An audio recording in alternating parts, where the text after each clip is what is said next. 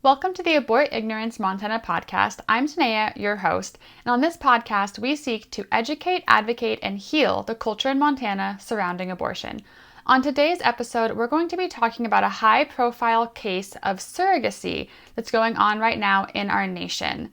Before we get started, I want to remind everyone to make sure that you follow, subscribe to the podcast so you can get notified of when we have new episodes coming out, and be sure that you download those episodes so that you can listen anywhere on the go. Find us on social medias, and as always, if you'd like to be part of the conversation, if you have something to add to this conversation today about surrogacy, or if you have a story that you want to share, please reach out to us at abortignorancemt@gmail.com.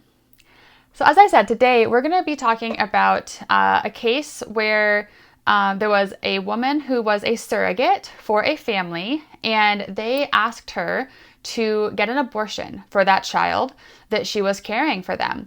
So I'm going to update you on what the story is, what's going on, where it's at right now, and then we're just going to talk a little bit about surrogacy and its implications on both sides, positive and negative. And again, I would love to hear from anybody else if they have thoughts or stories around surrogacy. So what's happening right now is there's a woman named McKenna West, and she lives in Alaska. She's a nurse, and she's a mom of two, a single mom of two young, beautiful kids. And she decided to enter into a contract and to be a surrogate for a family out of California. That family's name, it was Omar Ahmed and Nasheen Gilkar. That was the man and woman that were seeking a baby through surrogacy. They were paired up with McKenna West, and she was going to birth their child for them.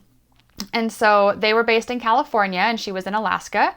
And that baby is now born, but we're going to talk about some of what was going on during the pregnancy and then what's happening now with that little boy. So at about 20 weeks of pregnancy, McKenna, she was going to her appointments as, any mom would, and as surrogates are required to do. And they did the ultrasound at 20 weeks, which is the anatomy ultrasound. And that just, a lot of times that ultrasound is just a happy time of letting the family know what gender their baby is going to be. It also just checks all of the anatomy, internal organs, arms, legs, brain, lungs, heart. It checks everything on that baby and lets you know if there's anything going on. And that can be a really helpful scan, because if there is something happening, they can adjust something in pregnancy, or they can, plan to have, surgeons or medical care ready for that baby as soon as they are born, and it can be helpful and save a lot of lives. Unfortunately, with the death culture and the culture of abortion that we have, that scan is sometimes also used to decide whether or not to keep that baby and to continue that pregnancy. So there are families that, we just heard of that one recently, where they did their 20-week scan, and the high-profile YouTuber, and they decided to abort their child after being over halfway into the pregnancy. So the baby was quite old in utero, because there was a marker for Down syndrome. And on that scan, the marker for Down syndrome, or really any defect, doesn't mean that it's absolutely necessarily certain. There's just the marker there, and it's indicated. So that family used the scan to choose to abort their child. And that's what was happening here as well with McKenna West, and she calls him baby Gabriel. The other family has now named him Rumi. But we're going to call him baby Gabriel. And at the 20-week ultrasound, it showed that he had a heart defect. And it's a very common heart defect. There's a 90% success rate of the surgeries that fix and correct the heart defect. So the baby was going to have heart surgery as soon as he was born, as well as a couple other ones to follow that, to correct the heart issue that he had. But as I said, it was very common as far as heart issues go. It was common, and the very, very high success rate on the surgery, the series of surgeries that's needed to fix that heart condition. So very treatable, very likely that the little boy would go on to live a full, healthy, long life. And despite that, no parent wants to hear that their baby has a heart defect and might have some hardship or have to go through surgeries. I know with my young son, I didn't want anything to poke or prod him. I didn't want him to feel a needle. I didn't want him to have to go through anything. And thank God he didn't. He didn't have to go through anything. So I can imagine as a parent, you don't want your child to have to undergo something as serious as surgery as soon as they're born. However, if it's a life-saving surgery, of course that's the right option morally and just emotionally as a parent, because you want your child to live. At least most parents want their children to live, we should say. This family, though, Omar and Nasheen, they did not want their child to live. They found out about the heart condition that baby Gabriel had, and they decided that they wanted to seek an abortion. Now, the interesting thing is that it's not Nasheen's body that has to go through an abortion. It was McKenna West. So they were ordering McKenna, their surrogate, to get an abortion with baby Gabriel. And she was, like I said, over 20 weeks along, and she has 2 of her own children, and she was under contract, but she just couldn't fathom going through that. And 1, because it would kill baby Gabriel, and 2, because it was McKenna that would have to go through it. And she knew that it wasn't for her. She knew that she couldn't handle it. She knew that, it was wrong, and emotionally it would be very traumatic for her. And she knew that it would kill the baby in her womb, and she didn't want that to happen. And so legally, when a surrogate signs a contract for the parents that surrogate's going to carry that baby to term, deliver the baby, and then hand it over to the biological family, there's a whole slew of things in this contract that the woman has to sign.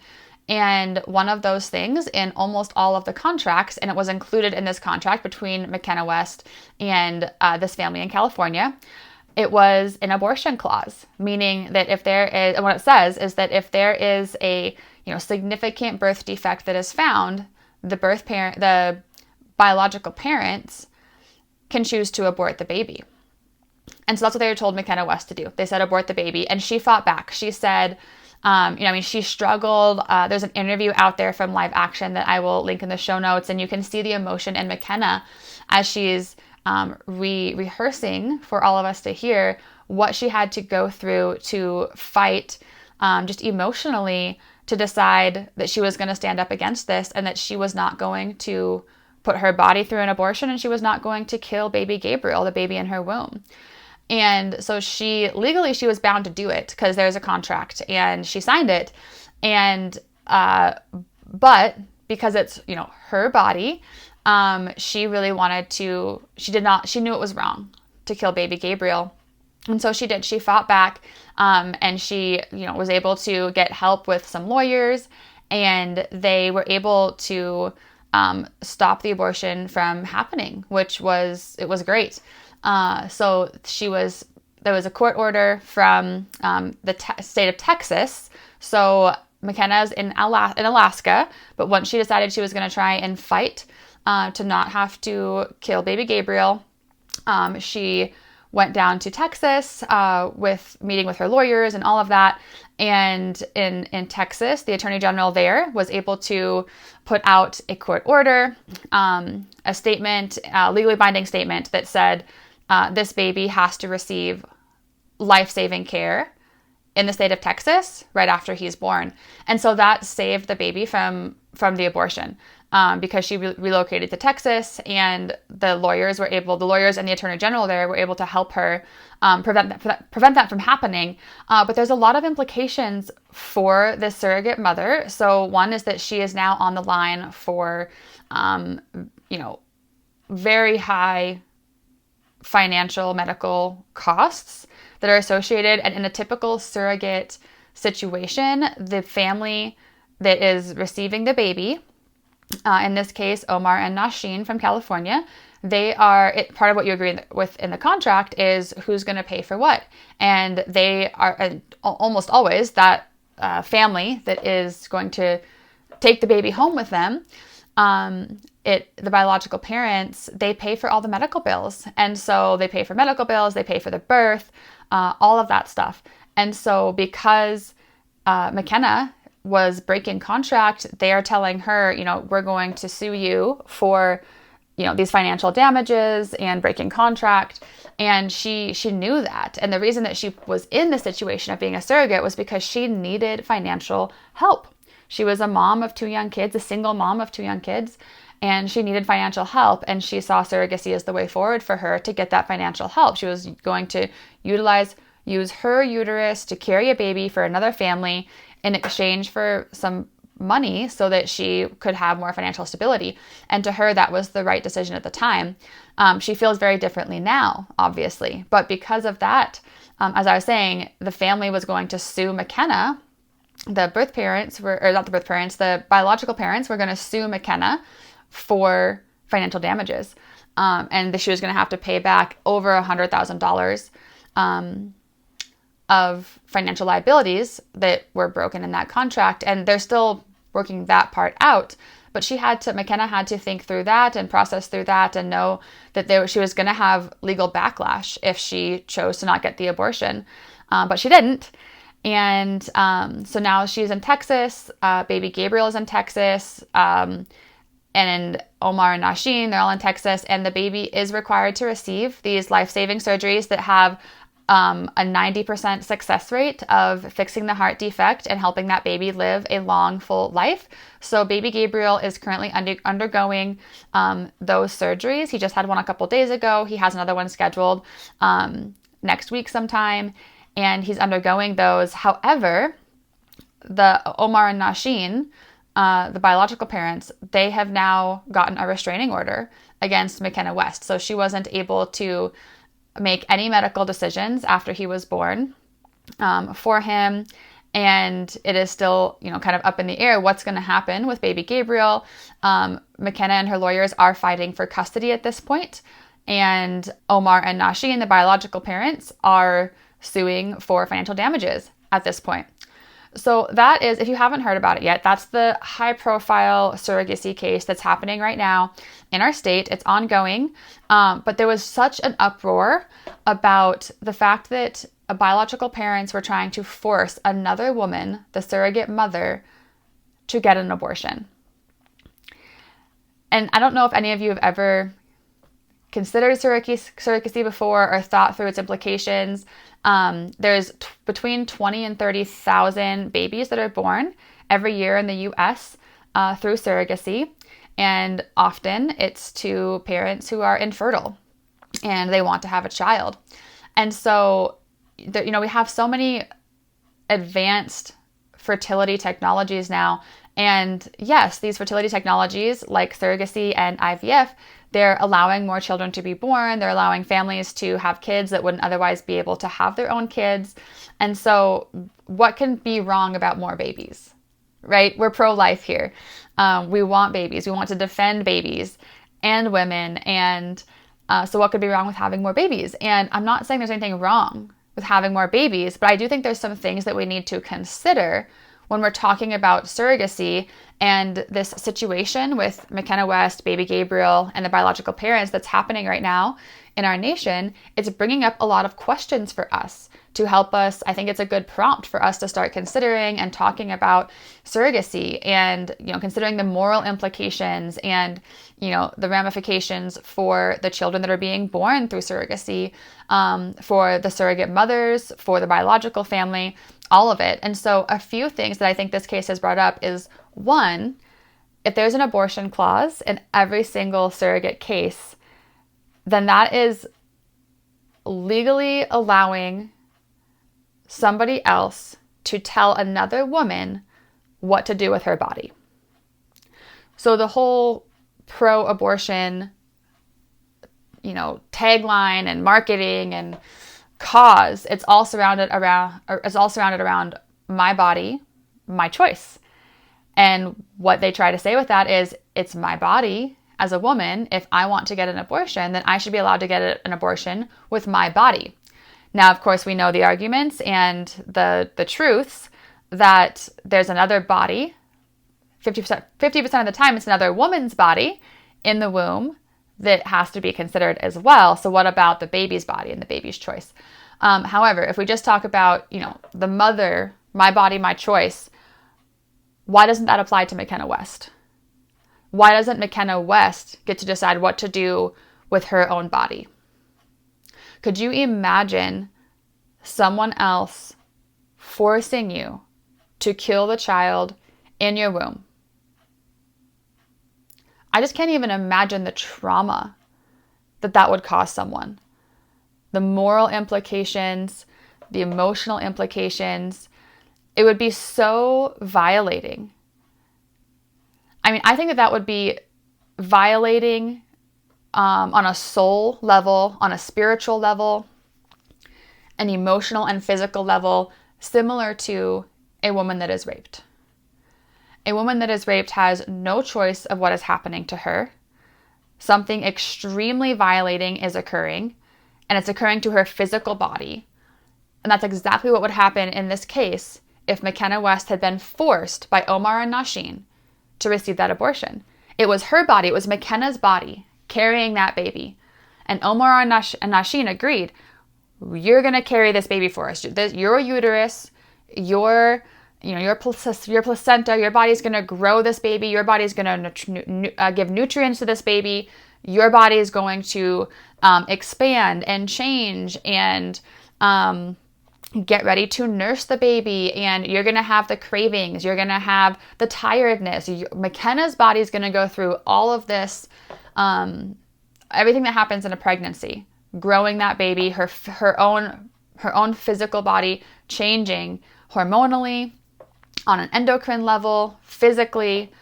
So it's her body going through all the changes. And Omar and Nasheen are saying, we want your body to carry this baby, but it's not your choice of what happens with your body.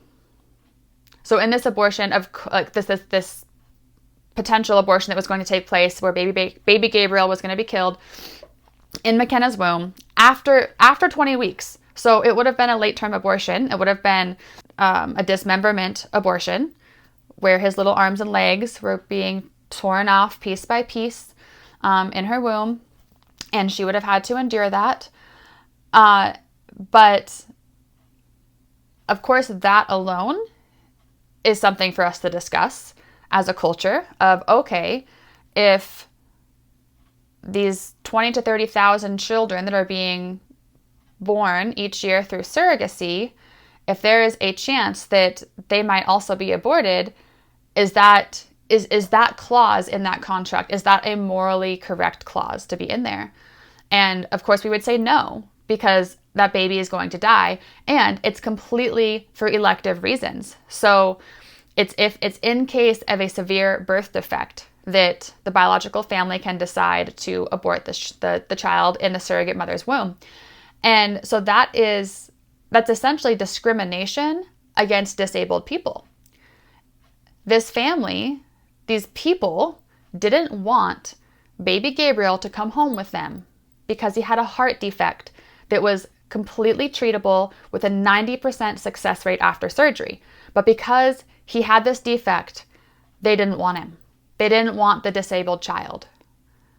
And that is complete discrimination.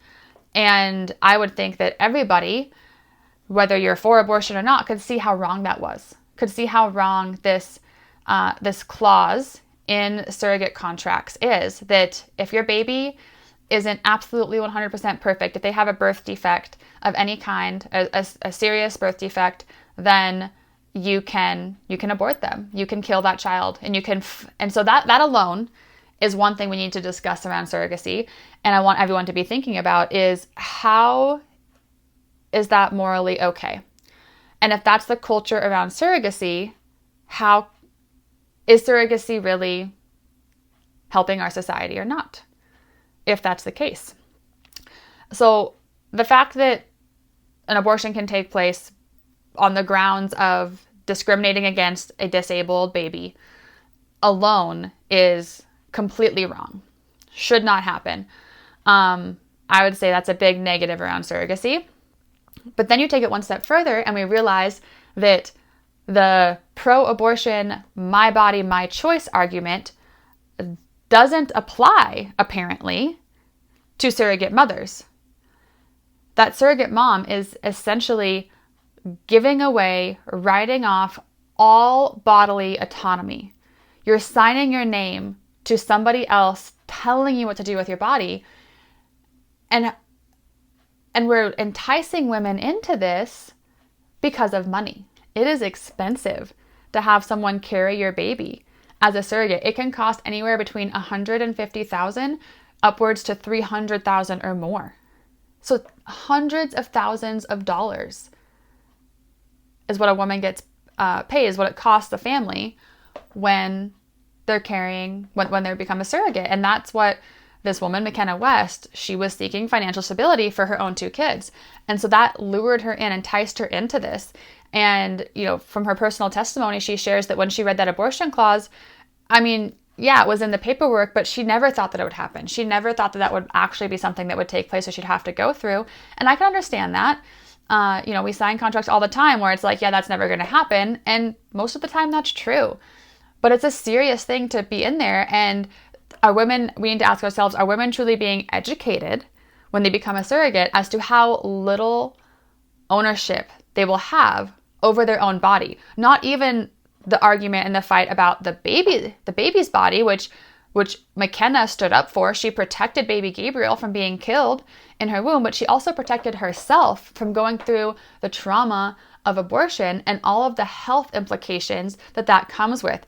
There's a breast cancer abortion link. Women that have abortions are much more likely to later experience breast cancer. That at the term that she would have had that abortion, it's likely that she could have had, a ruptured uterus, scar tissue in her uterus. If she wanted to have a 3rd child of her own, she may not have ever been able to. And so, and there's of course many other, emotional and spiritual implications of abortion. It's a fracturing of the soul, because you're killing another human being, and you're killing an innocent human being at that, a baby who has no way to defend him or herself. And so McKenna knew she didn't want to go through that, but she had given away all bodily autonomy. And in her personal testimony, she expresses how this process, this situation has made her realize that she didn't know that when she started. She didn't fully comprehend that she was really, truly handing over her bodily autonomy. And so I think we have to ask ourselves, are women that are becoming surrogates for families, are they truly being educated about what they're signing up for, that they don't get to have a say over their own body? And if that is true, which we can see from this situation it is, they don't get to have a say if they have an abortion or not. If the family wants to have one, they don't get to have a say they're giving away their own bodily autonomy. If that is true, then how come there isn't a big pushback from the pro-abortion side to say, women's bodies, women's choice, my body, my choice, we're against surrogacy? That's such a contradiction. And I think that we as pro-lifers, as believers, I think we just need to be aware that it's enticing to hear, like, how can having more babies in the world be wrong? And I get that. I really do. But what are the underlying implications? These babies that are 20 to 30,000 babies that are coming into the world through surrogacy. Yes, we have 20 to 30,000 more beautiful babies, wonderful little faces, amazing lives in this world. And that is wonderful. But what is the implication on a cultural, moral level of allowing surrogacy? So we can't blame the kids, right? There's no reason within surrogacy to say, there's accusations from the pro-abortion side that's like, well, if you're against surrogacy as a pro-lifer, then you're probably against babies. Like you're not staying true to the tune of, pro-baby, pro-family. And I think we need to be careful of that rhetoric and of that accusation, because it's not the children, right? Baby Gabriel is not the problem here. Baby Gabriel that was born through surrogacy is not the problem. It's not as if we don't want him to have ever existed. Of course, we're grateful that baby Gabriel exists. It's other implications of like, okay, why are we even in this situation? We're in this situation because of an infertility epidemic. We're in this situation because we think we have a right to have children. The Bible says that children are a gift from God. A gift from God. God decides who has children and who doesn't. And I'm not saying that we shouldn't use modern medicine. I myself am able to have children because of some modern medicine that is in existence. And so I'm not saying that it's all negative and all bad. But I do think we need to be careful about the moral and societal implications of things like surrogacy, artificial wombs, IVF, because just the idea of having more babies is not that the ends does not justify the means. So the end is a baby. That is a great end. I love that end. But the means, how do we get to that baby? That matters. So in surrogacy, the woman that's carrying that child only knows her heartbeat. That child is bonded and attached to the birth mother, the mother who's carrying that baby in her womb. And so what are the long-term emotional implications of possibly not having bonded parents? I think part of the reason that this woman, Nasheen, was fine killing her own child was because she wasn't carrying that child. Maybe they would have made the same decision if Nasheen was carrying baby Gabriel, but I would hesitate to say that that's true. I think that Nasheen would have questioned it a little bit more because she's in California, McKenna and baby Gabriel are in Alaska. So sure, Nasheen might be getting pictures and FaceTimes of the process of that baby being grown in the womb, but she has no emotional or even physiological connection to her baby yet.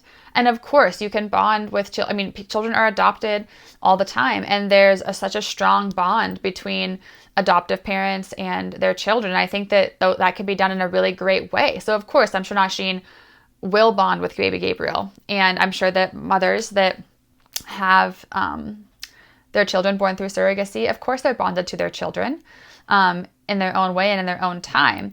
We have people that are very close to us and that have a child through surrogacy. And so I personally know a child that was born because of surrogacy, and that child is extremely loved and cared for and is just part of the family, and you would never know the difference. She looks just like her siblings and is in a great home. But there's still some implications for baby and for birth mom, surrogate mother, in this whole process. And again, one of those is I would be interested in a long-term study of, emotionally and spiritually, how are these children long-term? Are they bonded to their parents? Are they doing well in life? We don't have any knowledge of that yet, besides firsthand experience from different people like what I just shared. But on the other hand, what a woman's body physically goes through when she's in pregnancy, the baby's DNA, there's the baby and the birth mom, the mom carrying the baby, they're swapping DNA. So after you give birth to a child, you always carry a piece of their DNA in your bloodstream. It never goes away. It's a part of you, let alone just the hormones that are fluctuating during pregnancy, at the end of pregnancy, and then immediately after pregnancy. There's a big drop in a lot of those hormones because the baby is then out.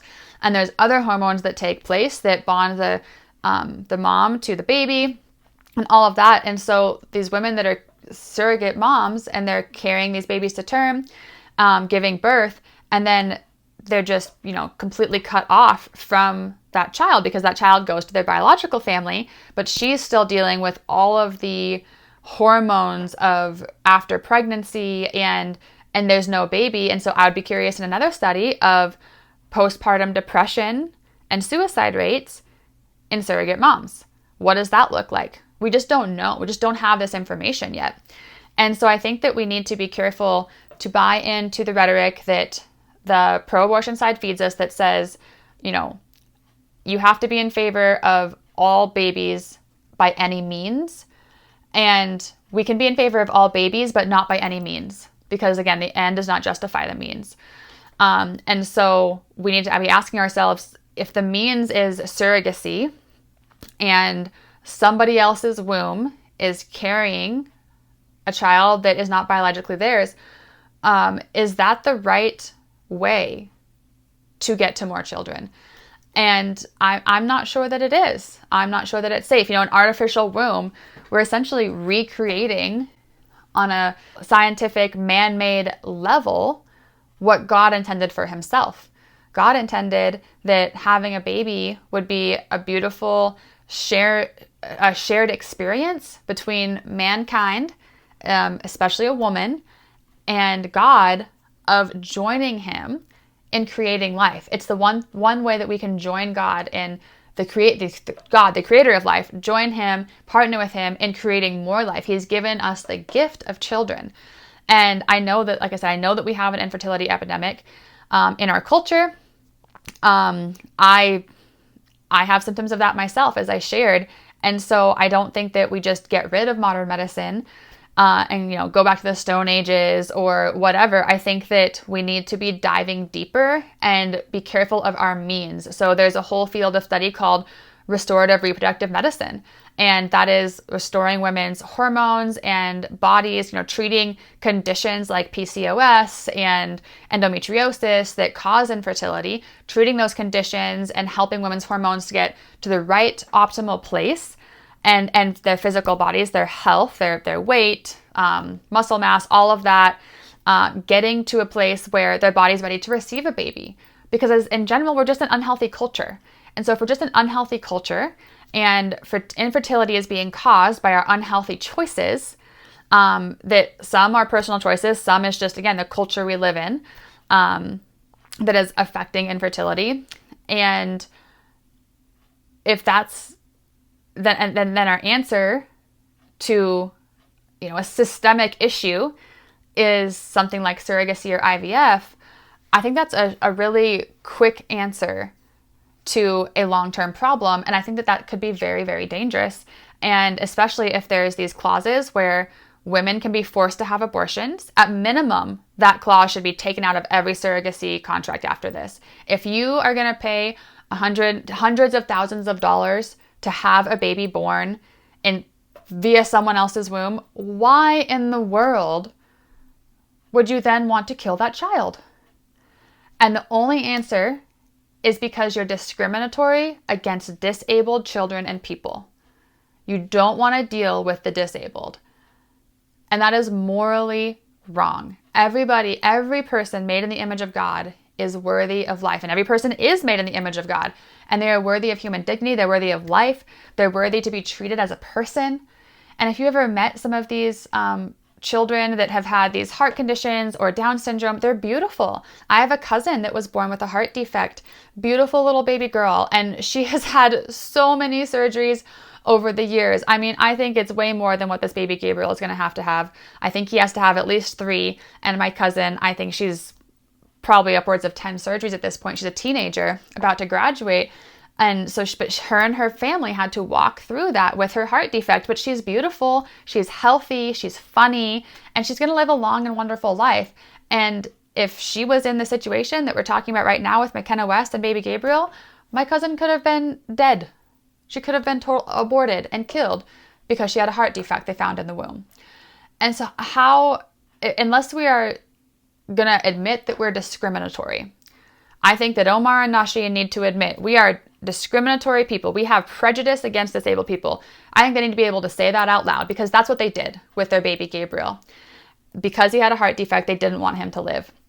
And the claim is always it's because they are going to have a poor quality of life. It's who determines that? You're not God. Who gets to say who has a poor quality of life? Just because somebody has Down syndrome? I think Down syndrome people are probably a lot happier and live a better emotional and mental life than a lot of us that don't have Down syndrome, because they're joyful. They're just happy. And so who are we to say what quality of life someone's is or isn't going to have? You have no way of knowing that. So when it comes to, again, things like surrogacy, IVF, I think we just need to be careful as pro-lifers to know that the end does not justify the means. We need to be watchful of the means we're using to help people get pregnant, to help babies come into the world.